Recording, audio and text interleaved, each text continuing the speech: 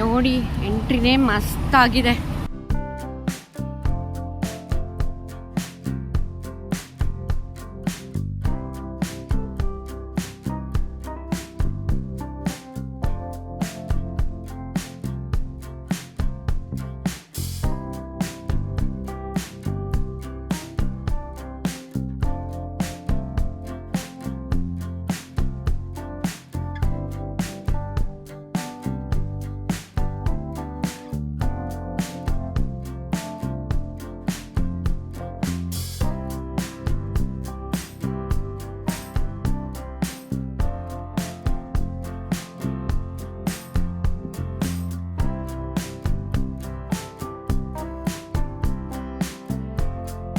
ವಿಶೇಷವಾದಂತಹ ಮೂಕಜ್ಜಿಯ ಕನಸುಗಳು ಅವರಿಗೆ ಹೆಸರಿತ್ತು.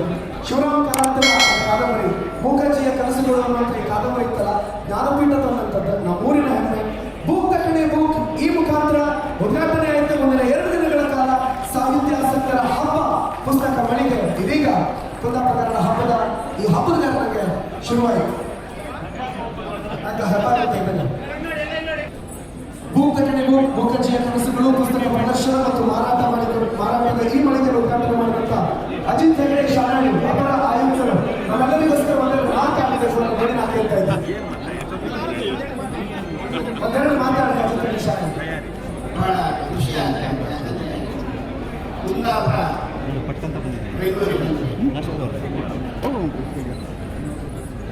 ಕುಂದಾಪುರವರಿಗೆ ಮರೆತು ಹೋದಂತಹ ಹಲವಷ್ಟು ವಿಚಾರಗಳಲ್ಲಿ ಕಾಣಲಿಕ್ಕೆ ಈ ಸಂದರ್ಭದಲ್ಲಿ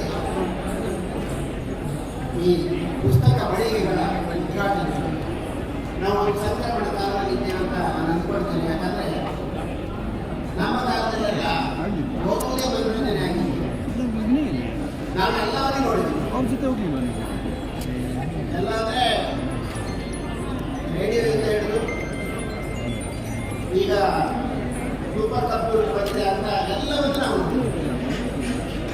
ಸೈಕಲ್ನಿಂದ ಹಿಡಿದು ಕಾರಣವರೆಗೆ ಅದು ವಿಮಾನವರೆಗೆ ಹಾಗೆಲ್ಲ ಓದುವಂಥ ಒಂದು ಪರಿಪಾಠ ಇತ್ತು. ಅದು ಮನೆಯಿಂದ ಪ್ರಾರಂಭ ಆಗ್ತಾ ಇತ್ತು.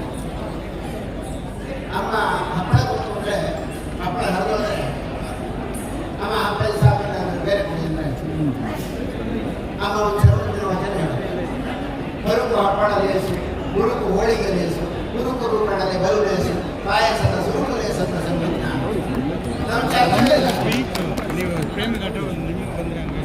ಹಾಗೆ ಸರ್ವಜ್ಞನ ವಚನ ಅಮ್ಮ ಓದಿದ್ದು ನಮಗೆ ಬಂತು. ಹಾಗೆ ಕೆಲವಷ್ಟು ವಚನಗಳನ್ನು ಹೇಳ್ತಾ ಇದ್ರು. ಅಮ್ಮ ಹತ್ರ ವಾದ ಮಾಡಿದರೆ ಅಮ್ಮ ಮಾತಾಡುವುದಿಲ್ಲ.